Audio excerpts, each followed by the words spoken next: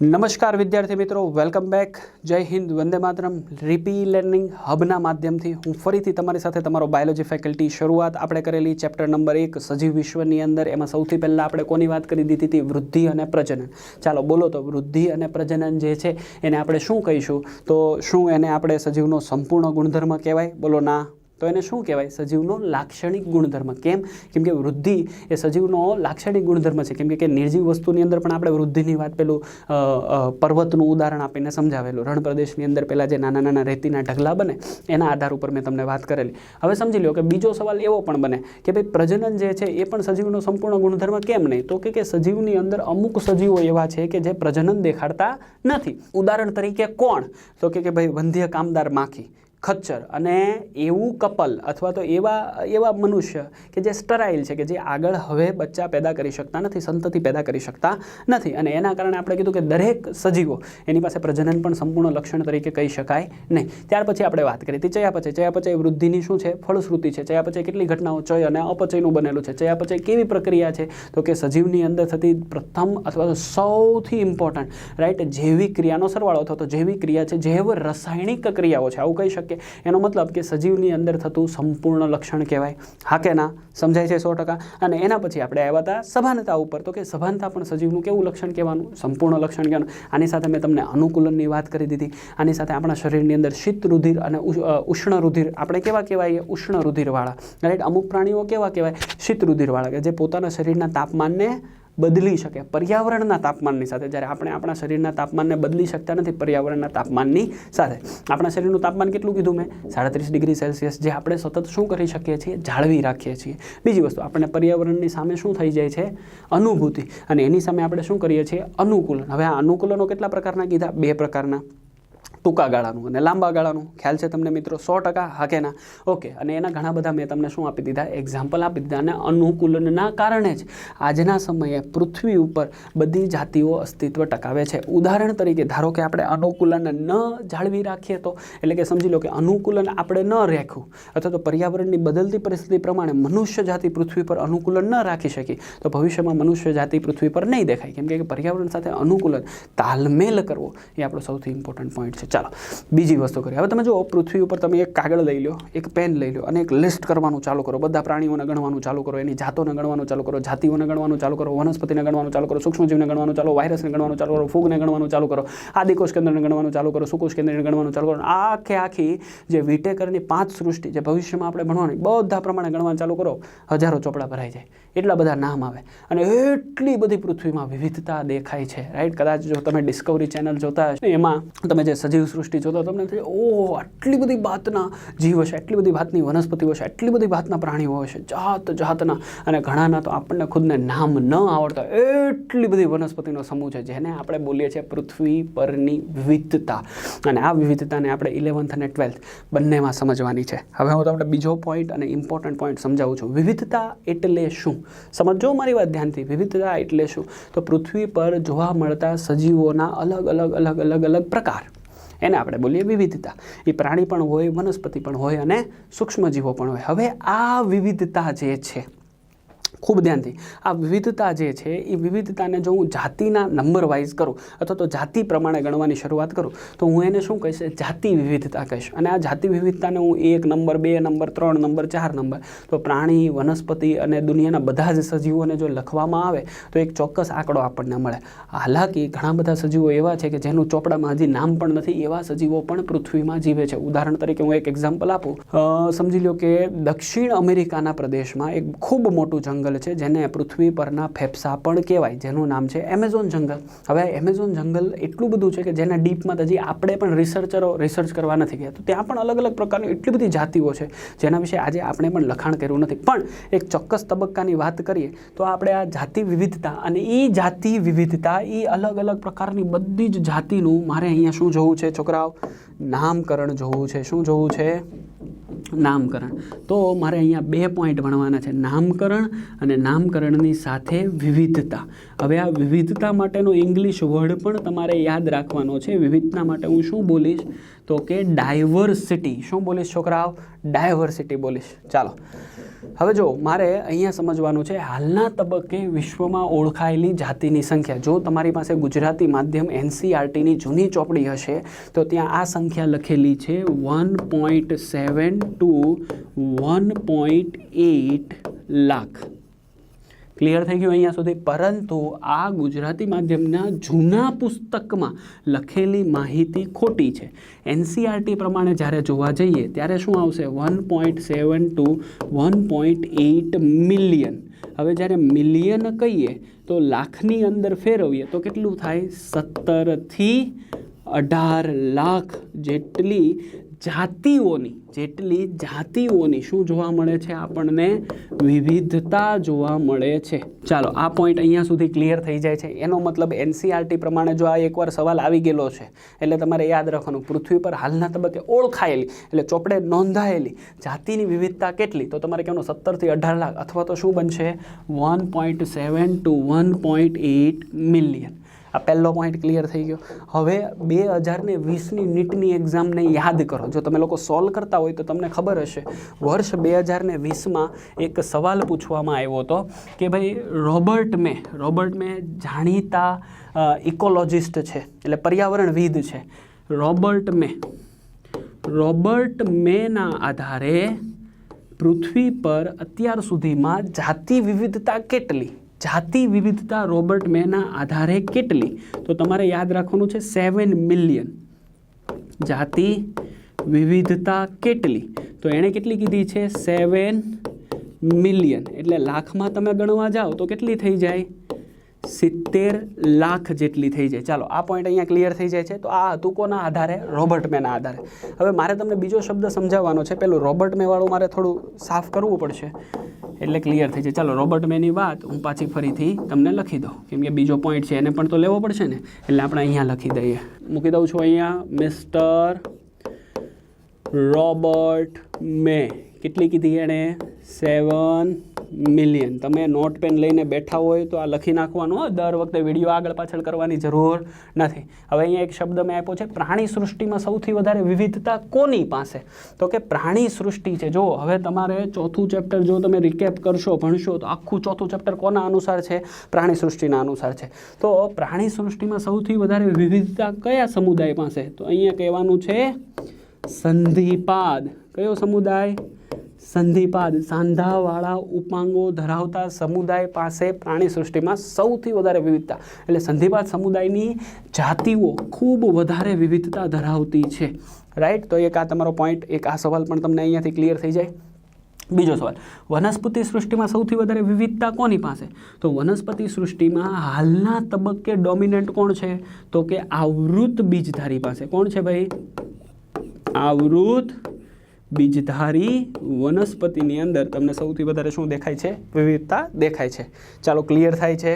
Right. Capture કરી લો. સ્ક્રીનનો જે shot લેવો હોય તો લઈ લો, લખવું હોય તો લખી નાખો, જે કરવું પડે એ. પણ આ યાદ રાખવાનું છે તમે ને હું નીટની અંદર 100% રિઝલ્ટ લાવીશું. ક્લિયર થાય છે મિત્રો? 100%. આગળ વધીએ. નેક્સ્ટ પોઈન્ટ પર જવું છે. હવે મારે નામકરણ. તો કે ચોક્કસ નિયમોને અનુસરીને સજીવોને નામ આપવાની પદ્ધતિને શું કહેવાય? નામકરણ. પણ અહીંયા શબ્દ શું છે? ચોક્કસ નિયમોને અનુસરીને. થોડી હું વાત કરું. આ તો વ્યાખ્યા ચોપડીમાં આપી છે ને મેં તમને કહી દીધી. પણ ચાલો નામકરણની શું જરૂર? હાલો આને શું કહેવાય? તમે કહેશો સ્ટાઇલસ કહેવાય, તમે કહેશો પેન કહેવાય. પણ આને હું એમ કહું આનું નામ અમિતાભ બચ્ચન છે, અથવા તો હું એમ કહું ઐશ્વર્યા રાય છે. કેમ લાગે? માની લેશો? ન જોઈએ ને ભાઈ. આને થોડું અમિતાભ બચ્ચન કહેવાય, ઐશ્વર્યા કહેવાય. રાઈટ. ઐશ્વર્યા કહેવાય. કેમ ન કહેવાય? વિચારો. કેમ કે આને પહેલેથી આપણે એક ચોક્કસ પ્રકારનું નામ આપેલું છે, પેન. ઉદાહરણ તરીકે સમજી લો કે પેલું પૂંછડીવાળું હૂપ કરતું હોય, એક બિલ્ડિંગમાંથી બીજા બિલ્ડિંગમાં દોડતું હોય, ભાગતું હોય, કૂદતું હોય, તેને આપણે શું કહે? મનમાં આવી ગયું ફટાક દઈને, બોલો શું? વાંદરો. પણ વાંદરાને ખબર છે મારું નામ વાંદરો છે. એ નામ આપણા દ્વારા પાડવામાં આવ્યું છે. કેરીને ખબર છે મારું નામ કેરી છે, ઘઉંને ખબર છે મારું નામ ઘઉં છે, ચોખાને ખબર છે મારું નામ ચોખા છે. એ નામ આપણા દ્વારા આપવામાં આવ્યું છે. એનો મતલબ આપણે એનું નામકરણ કર્યું છે. મારી વાત ક્લિયર થાય? આને તમે શું કહેશો? સ્ક્રીન કહેશો, બોર્ડ કહેશો. પણ સ્ક્રીન બોર્ડની જગ્યાએ હું એમ કહું દીપિકા, બે સર, થોડી દીપિકા છે. એક્ઝેક્ટલી. કેમ કે આપણે અમુક ચોક્કસ પદાર્થના નામ આપ્યા છે. વિચારો, આનું કંઈ નામ જ નહીં હોત તો we can't call it anything. Everyone, hello. અને જ્યારે આપણને નામ ન આવડે ત્યારે એ, ઓલો અથવા તો કોઈ વસ્તુ બોલી દઈએ છીએ.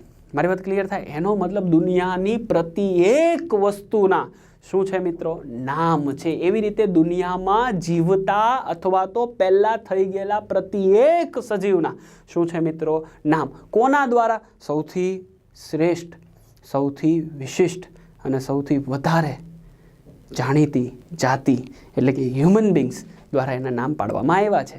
અને એટલા માટે હવે તમે વિચારો, આપણે અહીંયા રહેતા હોઈએ ગુજરાતમાં તો આપણે કૂતરાને શું કહીએ? કૂતરો. અને ઇંગ્લિશ મીડિયમવાળા શું કહે? એને ડોગ. પરંતુ એ જ વસ્તુ જપાનમાં જાઓ તો હવે ત્યાં જઈને તમે એમ કહો કે કૂતરો, એમ તો કોઈ ખબર જ નહીં પડે. કેમ કે નામ બદલાઈ ગયું. જુઓ તમે, ખ્યાલ આવે? ત્યાં આપણે ડોગ બોલવું પડશે. પરંતુ જ્યારે આપણે સાયન્સ ભણીએ છીએ, ઉદાહરણ તરીકે બીજું એક્ઝામ્પલ આપણે જો તુલસી, તો અહીંયા આપણને તુલસી ખબર છે. પરંતુ એ જ તુલસીને આપણે સમજી લો કે અમેરિકામાં છે તો તુલસીનું નામ લેવું પડશે, આપણે એનું ઇંગ્લિશ નામ લેવું પડશે. હલો, મારી વાત ક્લિયર થાય છે? એનો મતલબ 12 ગાવે ભાષા બદલાય. એનો મતલબ કે અત્યારે અહીંયા કંઈક નામ લેવાય છે, બીજી જગ્યાએ નામ લેવાય છે. તો હવે વિચારો, જ્યારે વિજ્ઞાનની અંદર રિસર્ચ ફિલ્ડમાં તમે લોકો ભણતા હોય તો આ નામકરણ માટે કેવડી મિસ્ટેક થાય.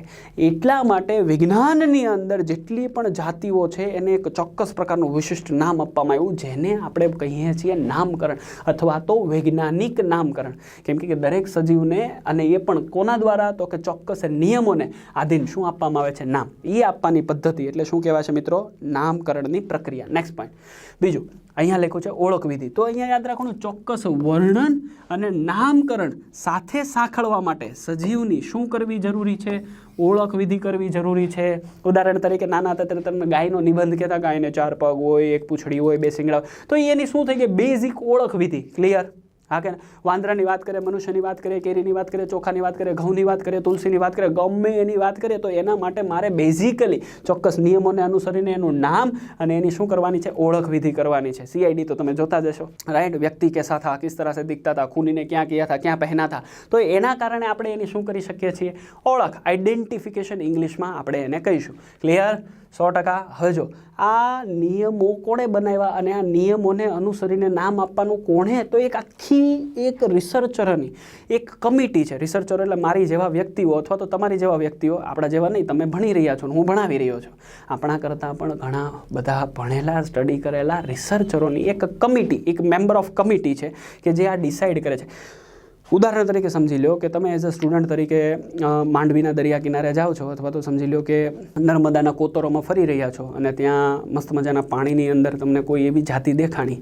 એ જાતિનો ફોટોગ્રાફ પડીને તમારા સરને તમે પૂછ્યું, મિત્રોને પૂછ્યું, તો એમણે કીધું ભાઈ આના વિશે નથી ખબર, આ પહેલી વાર દેખાયેલી જાતિ છે, હવે તમારા દ્વારા ગોતેલી જાતિ છે. તો પહેલી વસ્તુ તમારે એની ઓળખ વિધિ અને શું કરવું પડશે? નામકરણ કરવું પડશે. ધારો કે તમે એનું નામ પાડી દીધું સુરેશ રમેશ પંડ્યા.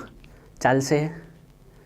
નહીં ચાલે. કેમ નહીં ચાલે? કેમ કે એ નિયમોને અનુસરીને નથી. બીજું, આખા જ વિશ્વની અંદર એ જે નવી વનસ્પતિની તમને જાતિ મળી તો એનું નામ તમે સુરેશ રમેશ પંડ્યા રાખી શકશો નહીં. એની ઓળખ વિધિ તમારે કરવી પડશે. કેવા પ્રકારનું દેખાય છે, ક્યાંથી મળી આવે છે, ક્યાં રહે છે, કેવા વાતાવરણમાં રહે છે.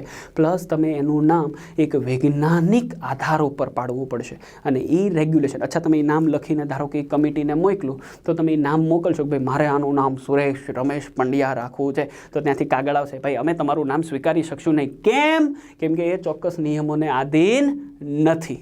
ક્લિયર અહીંયા સુધીની વાત? નેક્સ્ટ પોઈન્ટ પર આવી જાવ તો આવી કમિટી કઈ? તો એક કમિટીનું નામ મેં અહીંયા લખ્યું છે ICBN, international Code of botanical. Botanical એટલે વનસ્પતિ, રાઈટ? અને નોમેનક્લેચર એટલે નામકરણ. એનો મતલબ કે એક international Code of botanical nomenclature એટલે વનસ્પતિ સૃષ્ટિમાં જે કંઈ પણ વનસ્પતિનું નામકરણ કરવાનું છે એ નામકરણને સ્વીકૃત કરતી સંસ્થા. એટલે તમે એ વનસ્પતિ વિશેનું બોટેનિકલ નામ એ નિયમોને અનુસાર પાડીને આપ્યું તો આ એને એનાલિસિસ કરશે, એને વિશ્વના બધા વનસ્પતિ સાથે સરખાવશે, એની ઓળખ વિધિમાં જોશે કઈ જગ્યા પર બંધ બેસતું બેસે છે અને પછી તમે જે નામ આપ્યું છે એ રેફર કરશે અને જો એ નામ યોગ્ય રીતે હશે તો તમને હા પાડશે અથવા તો તમને એની અંદર થોડો ઘણો સુધારો કરવાનો કહેશે.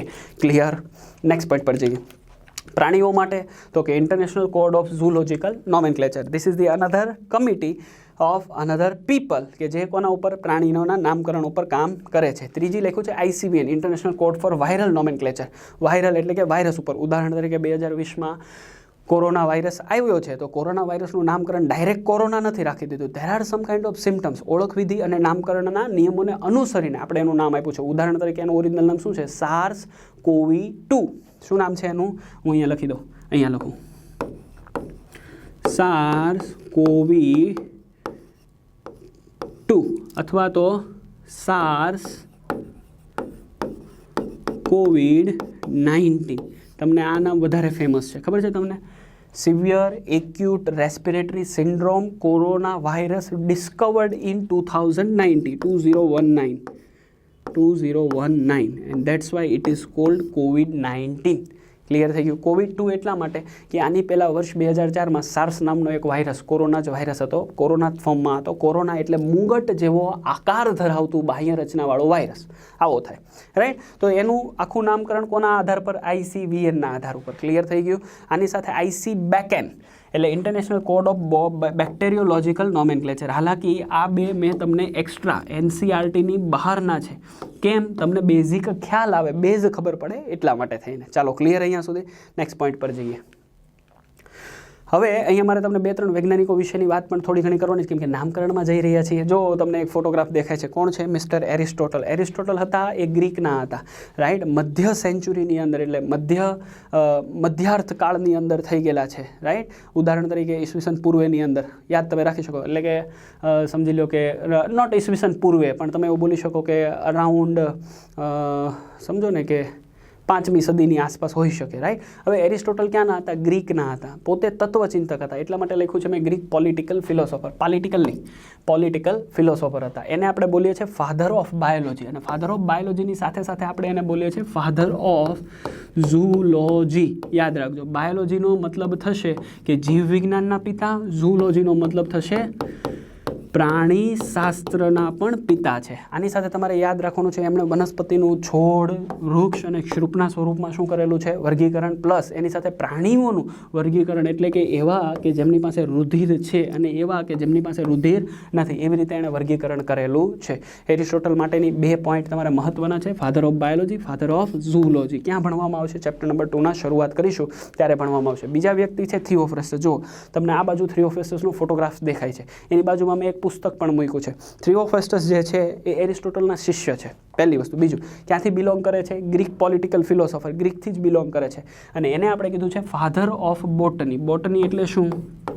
તો કે વનસ્પતિ શાસ્ત્રના પિતા કહીએ છીએ. બીજી વસ્તુ, એ પ્રાચીન વનસ્પતિ વર્ગીકરણ, પ્રાચીન શબ્દ ખાસ યાદ રાખજો, પ્રાચીન વનસ્પતિ વર્ગીકરણના પિતા. બચ્ચા લોગ આને અંડરલાઇન કરી દેજો, લખી લેજો, સાઈડમાં નોટ ડાઉન કરી લેજો, ચોપડીમાં પણ લખી નાખજો, કામ આવશે તમને. પ્રાચીન વનસ્પતિ વર્ગીકરણના પિતા કહેવામાં આવે છે. બીજું, એમણે કયું પુસ્તક લખ્યું છે? એમણે પુસ્તક લખ્યું છે હિસ્ટોરિયા પ્લાન્ટેરમ. ફરીથી યાદ રાખજો, વનસ્પતિ શાસ્ત્રનું લેખિતમાં લખેલું પહેલું પુસ્તક કયું? તો તમારે યાદ રાખવાનું છે હિસ્ટોરિયા પ્લાન્ટેરમ. કયું પુસ્તક યાદ રાખશો? Historia Plantarum. Let me take yellow colour. કયું પુસ્તક? તો તમારે યાદ રાખવાનું છે હિસ્ટોરિયા પ્લાન્ટેરમ. હવે આ હિસ્ટોરિયા પ્લાન્ટેરમને વનસ્પતિ શાસ્ત્રનો લેખિત દસ્તાવેજ કહેવામાં આવે છે. શું કહેવાય છે મિત્રો? વનસ્પતિ શાસ્ત્રનો લેખિત દસ્તાવેજ. અને આના આધાર ઉપર વર્ગીકરણના પ્રથમ વ્યક્તિ, પણ કેવું વર્ગીકરણ? તો કે પ્રાચીન વનસ્પતિ વર્ગીકરણના પિતા કોણ? તો તમારે થિયોફ્રસ્ટસ પર જવું ને જવું. ચાલો, આ પોઈન્ટ ક્લિયર થઈ ગયો. આની સાથે એણે બીજું પુસ્તક લખ્યું હતું કોઝિસ ઓફ પ્લાન્ટ, અને ત્રીજું પુસ્તક લખ્યું હતું ઇન્ક્વાયરી ઇન્ટુ ધ પ્લાન્ટ્સ. આ 2 પુસ્તક નહીં યાદ રાખો તો ચાલે, but you have to remember is Historia Plantarum. મારી વાત 100% ક્લિયર? હા પાડો. હવે એક નવા વૈજ્ઞાનિક પર જવું છે જેને તમારે યાદ રાખવા જ પડશે અને રાખવાના જ છે, કેમ કે નીટ ક્રેક કરવી છે. છેક સુધી મારી સાથે બની રહેજો. શું નામ છે એનું? તો તમારે એનું નામ યાદ રાખવાનું છે મિસ્ટર કેરોલસ લિનિયસ. જો બાજુમાં તમને દેખાય છે કેરોલસ લિનિયસ, બાજુમાં મેં તમને એની બુકનો ફોટોગ્રાફ પણ આપ્યો છે, અને બુકનો ફોટોગ્રાફ તમે ધ્યાનથી જોશો તો તમને એમાં લખેલું છે સિસ્ટમા નેચર. થોડી ઘણી આપણે લિનિયસની વાત કરી દઈએ. લિનિયસ જે છે ને એને લેટિન ભાષા પ્રત્યે બહુ પ્રેમ. બીજી વસ્તુ, લિનિયસ જે છે ને એનું એક નામ હું તમને જણાવું, કાર્લ વોન લિન. કયું નામ છે મિત્રો? Carl von Lin.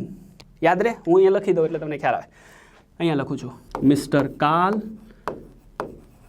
Von Lin. આ 3 અક્ષરનું નામ હતું એનું. હવે લેટિન ભાષાના પ્રેમને કારણે એમણે એનું આ નામ બદલી નાખ્યું અને એણે નામ જે નવું રાખ્યું એ નામ એનું હતું Carolus Linnaeus. Carolus Linnaeus. Clear થઈ ગયું? સમજાય છે મારી વાત? તો આ બંને નામને આપણે કન્સિડર કરીએ છીએ, ગણીએ છીએ, તમારે યાદ રાખવાનું છે. પણ મોસ્ટ કોમન નામ શું છે? Carolus Linnaeus. ક્લિયર થાય છે અહીંયા સુધી? રાઈટ. નેક્સ્ટ પોઈન્ટ પર જઈએ આપણે. કેરોલસ લિનિયસે પોતાના જીવનમાં ઘણા બધા પુસ્તકો આપેલા છે. એમાંના અમુક પુસ્તકની નોંધ આપણે નીટને અનુલક્ષીને લેવાની છે, અમુક પુસ્તક તમારી જાણકારી માટે, અને અમુક પુસ્તક જેમાંથી તમને નીટમાં સવાલ પૂછાય છે. તો ધ્યાન રાખો અહીંયા. ચાલો આવી જાઓ ફટાફટ. પહેલું પુસ્તક ફિલોસોફિયા બોટેનિકા. કયું પુસ્તકનું નામ છે? બોટાનિકા નહીં, ફિલોસોફિયા બોટેનિકા. શું છે એમાં? તો કે there is a principal of nomenclature, એટલે કે એ પુસ્તકમાં એણે નામકરણ કઈ રીતે કરવું એના નિયમો આપેલા છે, અને એટલા માટે જ આપણે એને ફોલો કરવાનું છે ને. એટલા માટે જે નામકરણ થઈ રહ્યું છે એના પિતા કોણ બની ગયા? લિનિયસ. યાદ રહેશે? નામકરણના પિતા. જો પહેલા પિતા બનાવીએ છીએ આપણે, એટલે હું અહીંયા લખી દઉં નામકરણના પિતા. તે અત્યારે ખાલી નામકરણ લખીએ, છેલ્લે જોઈ લઈશું. રાઈટ. બીજી વસ્તુ, એમણે એક પુસ્તક લખેલું હતું 1 મે 1753. ક્યારે લખેલું છે? 1 મે 1753 એક પુસ્તક લખેલું છે, અને એ જે પુસ્તક છે આ તારીખ પર, અને એ સમયે જે પુસ્તક લખ્યું છે એ પુસ્તક છે સ્પીસીઝ પ્લાન્ટેરમ. કયું પુસ્તક છે મિત્રો? સ્પીસીઝ પ્લાન્ટેરમ. આ પુસ્તકની અંદર એમણે વૈજ્ઞાનિક નામ આપ્યા છે. કોના વૈજ્ઞાનિક નામ? વનસ્પતિના વૈજ્ઞાનિક નામ. યાદ રાખજો. એનો મતલબ 1753 પહેલાંની જેટલા પણ વનસ્પતિ છે એમના નામ જો આપ્યા હોય તો એ વૈજ્ઞાનિક નામ કહેવાશે નહીં. વૈજ્ઞાનિક નામકરણ કરવાની શરૂઆત કોણે કરી હતી? લિનિયસે. ક્લિયર? અને કયા પુસ્તકથી? તો કે વનસ્પતિ માટે સ્પીસીઝ પ્લાન્ટેરમ. યાદ રાખવાનું છે, one of the important point. Second point પર જઈએ છીએ આપણે, જેનેરા પ્લાન્ટેરમ. હવે નેક્સ્ટ ટોપિક, નેક્સ્ટ પોઈન્ટ પર. જો આ બધા પુસ્તકના નામ છે. પહેલું પુસ્તક તમે યાદ રાખો ફિલોસોફિયા બોટેનિકા, બીજું યાદ રાખો સ્પીસીઝ પ્લાન્ટેરમ, અને આને તો તમારે યાદ રાખવાનું જ છે. ત્રીજું પુસ્તક કહી દીધું મેં, જેનેરા પ્લાન્ટેરમ. કયું પુસ્તક છે? જેનેરા પ્લાન્ટેરમ. અને એના પછીનું કયું પુસ્તક છે? System nature. અને આ પુસ્તક તમારે યાદ રાખવાનું. ક્યારે રિલીઝ કરેલું હતું? 1 ઓગસ્ટ 1758. એવું કહેવાય છે ઘણા બધા રેફરન્સ અનુસાર કે આ પુસ્તક જે છે 1758માં જે રિલીઝ કરેલું હતું એ સિસ્ટમ નેચરની 10મી આવૃત્તિ હતી. કેટલામી આવૃત્તિ હતી? 10મી આવૃત્તિ રિલીઝ કરેલી હતી. અને આ 1758માં જે રિલીઝ થયું એમાં કોના વૈજ્ઞાનિક નામ હતા? તો મોટા ભાગે પ્રાણીઓના વૈજ્ઞાનિક નામ અને અમુક વનસ્પતિના પણ વૈજ્ઞાનિક નામકરણનો ઉલ્લેખ સિસ્ટમ નેચરમાં છે. મારી વાત સાંભળજો. સિસ્ટમ નેચર પુસ્તકનો ઉલ્લેખ આપણી NCERTમાં છે. કેરોલસ લિનિયસ દ્વિનામી નામકરણના પિતા પણ કહેવાય છે. ખાલી નામકરણના પિતા, આગળ હું લખી દઉં, દ્વિનામી નામકરણના પિતા. બીજી વસ્તુ, એને આપણે ભવિષ્યમાં હમણાં ભણીશું ત્યારે વાત કરીશું, વર્ગીકરણના પણ પિતા કહેવાય છે. બીજી વસ્તુ, આધુનિક વર્ગીકરણ. આ શબ્દ યાદ રાખજો, આધુનિક વર્ગીકરણના પણ પિતા કહેવાય છે. હવે તમે જુઓ કેટલા બધા પિતા થઈ ગયા. ક્લિયર થાય છે તમને? વૈજ્ઞાનિક નામકરણ આપવાવાળા તો પણ કોણ છે? લિનિયસ. હવે તમને આની જગ્યા પર પૂછે, હમણાં મેં તમને સમજાવ્યું પ્રમાણે પ્રાચીન વર્ગીકરણ, તો કોણ આવશે? પ્રાચીન વનસ્પતિનું વર્ગીકરણ, તો કોણ આવશે? બોલો. તમને બધાને ખબર છે. તો અમારે જવાબ સ્વરૂપે કોને આપવાનું છે? તો અમારે જવાબમાં જઈને જવાબ આપવાનો છે કોને? થિયોફ્રેસ્ટસ. ક્લિયર થાય? હા કે ના? પરંતુ આધુનિક શબ્દ જો આવે છે તો હું કોના ઉપર જઈશ? કેરોલસ લિનિયસ ઉપર જઈશ. તો આ 4 પુસ્તકો તમને મેં અહીંયા લખાવ્યા. હવે હું તમને સમજાવું. ધારો કે કોઈ પ્રાણીનું નામકરણ એ 1758 પહેલાંનું હોય તો એને માન્ય રાખવામાં આવતું નથી. એનો મતલબ આપણે લિનિયસના બુકને આજે પણ ફોલો કરી રહ્યા છીએ. શું કરવા માટે? નામકરણ કરવા માટે. એનો મતલબ શું ખબર છે? મેં હમણાં ખબર છે પેલી ICZN, ICBN સમજાવી હતી, International Code of Botanical Nomenclature, Zoological Nomenclature. એ પણ લિનિયસના જે નિયમો છે એને શું કરે છે? ફોલો કરે છે. ક્લિયર થઈ ગઈ અહીંયા સુધીની વાત? નેક્સ્ટ પોઈન્ટ પર જઈએ આપણે. અને છેલ્લી પુસ્તક છે હોર્ટસ યુપિલેન્ટિકસ. રાઈટ. તો આ 5 પુસ્તકને તમારે શું કરવાની છે મિત્રો? યાદ રાખવાની છે. આગળ વધીએ છીએ આપણે અને આને ફરીથી સમજીએ છીએ. ચાલો, બેન્થમ અને હુકર એને આપણે યાદ રાખવાનું છે. દે આર નેચરલ ક્યુરેટર, એટલે એક પ્રકારના માળી કહી શકો, તમે રિસર્ચર કહી શકો. ક્યાંના? Royal Botanical Garden. બેન્થમ અને હુકર વિશેની વાત તમે ક્યારે ભણશો મિત્રો? ચેપ્ટર નંબર 3ની અંદર ભણશો.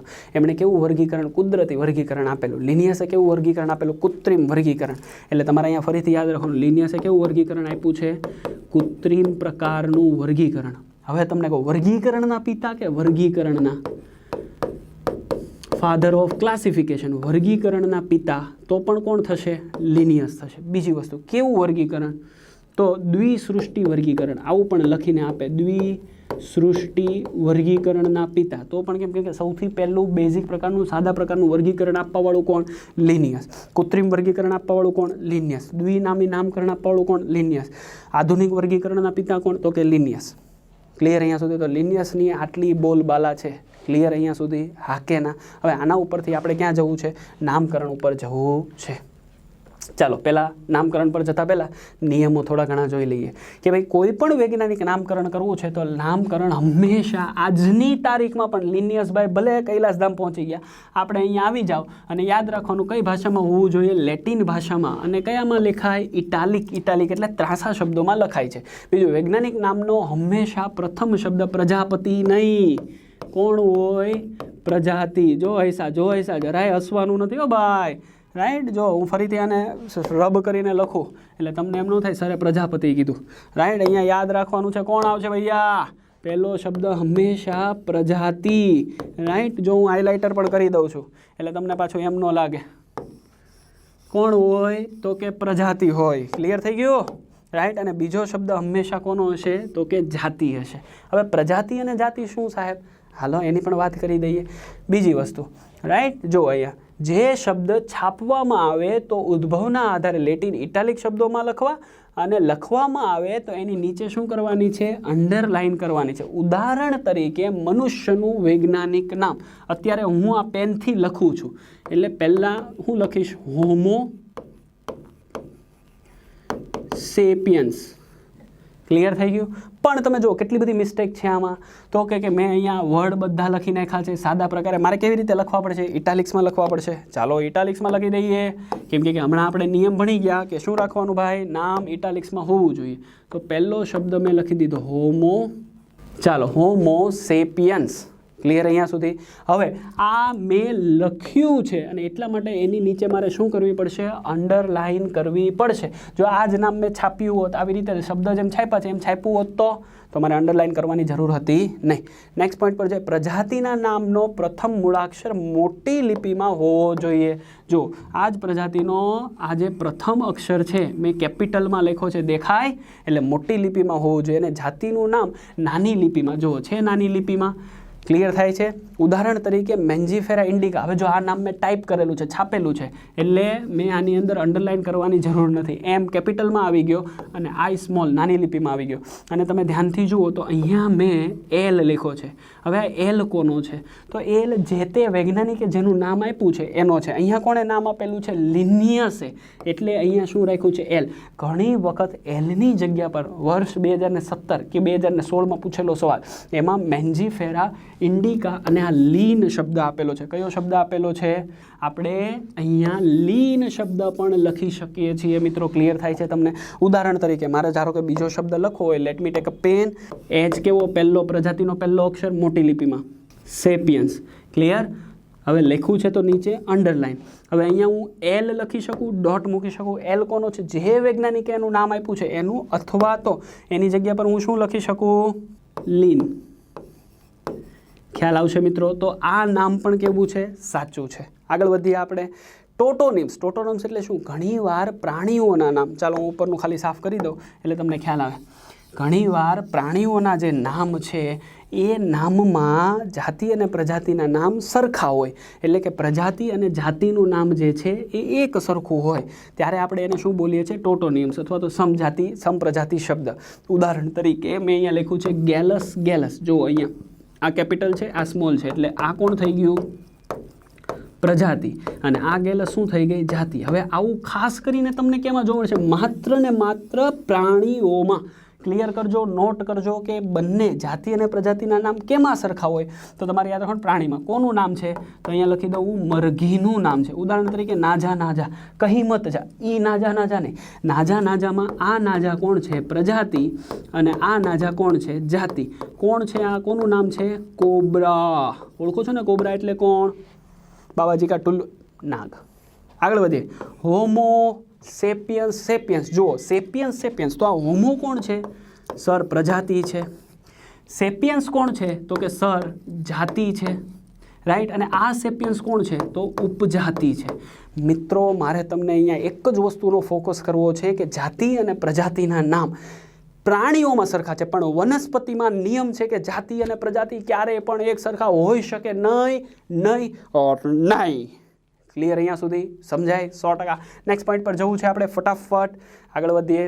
રાઈટ, યાદ રાખવાનું છે વર્ગીકરણ. 2-3 ડેફિનેશન છે, જોઈ લઈએ ફટાફટ. વર્ગીકરણ એટલે શું, તો કે સજીવોમાં કેટલાક સરળતાથી નિરીક્ષણ કરી શકાય તેવા લક્ષણો પર આધારિત વર્ગીકરણ કરવાની સગવડ ભરેલી કક્ષાઓ, એને આપણે શું કહીએ છીએ, વર્ગીકરણ કહીએ છીએ. વર્ગીકરણના પિતા એટલે કોણ, તો કે લિનિયસ. નેક્સ્ટ પોઈન્ટ પર જઈએ આપણે, વર્ગક કોને કહેવાય.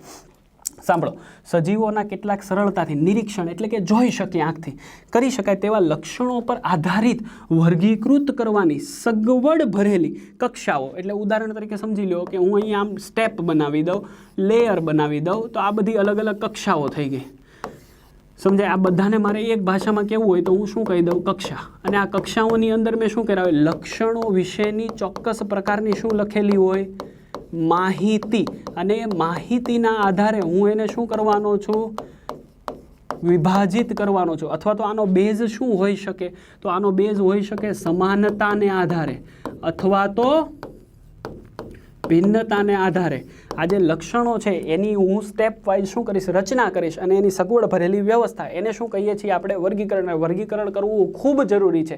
વનસ્પતિ અને પ્રાણીઓનું ખૂબ વધારે ડિટેલમાં અભ્યાસ કરવા માટે વર્ગીકરણ બહુ ઇમ્પોર્ટન્ટ છે. આગળ વધીએ તો હવે એમાં વર્ગક એટલે શું, વર્ગકોનું બીજું નામ છે કક્ષા. ખાસ હાઇલાઇટરથી હાઇલાઇટ કરી દઉં તમારા માટે, વર્ગકોને જ બીજી રીતે શું કહે, તમે ચોપડીમાં વાંચો ડેફિનેટલી મૂંઝાઈ જશો, ડેફિનેટલી ખબર નહીં પડે.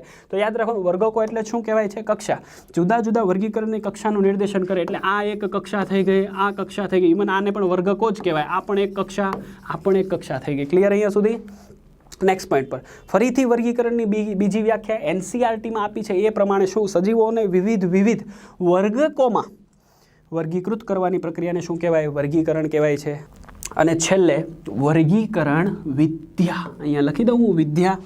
વર્ગીકરણ વિદ્યા એટલે શું, વર્ગીકરણ પદ્ધતિનો ઉપયોગ અથવા તો વર્ગીકરણ પદ્ધતિ દ્વારા જે સજીવોનો અભ્યાસ કરવાની પદ્ધતિ છે એને શું કહીએ છીએ આપણે, વર્ગીકરણ વિદ્યા કહેવાય છે. ચાલો અહીંયા સુધીનો આખો પોઈન્ટ તમારો ક્લિયર થઈ જશે.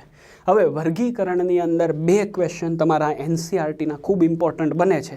એમાંનો પહેલો ક્વેશ્ચન છે વર્ગીકરણના અભ્યાસની મૂળભૂત પ્રક્રિયા. કઈ તો કે લક્ષણીકરણ. એના લક્ષણોની સ્ટડી કરવી, એના લક્ષણોને જોવા, કઈ રીતનું કામ છે, કયા વાતાવરણમાં રહે છે, કયા વસવાટમાં રહે છે, કેવી એની ખોરાક પદ્ધતિ છે, કેવી એની પોષણ પદ્ધતિ છે, કેવી એની પ્રજનન પદ્ધતિ છે.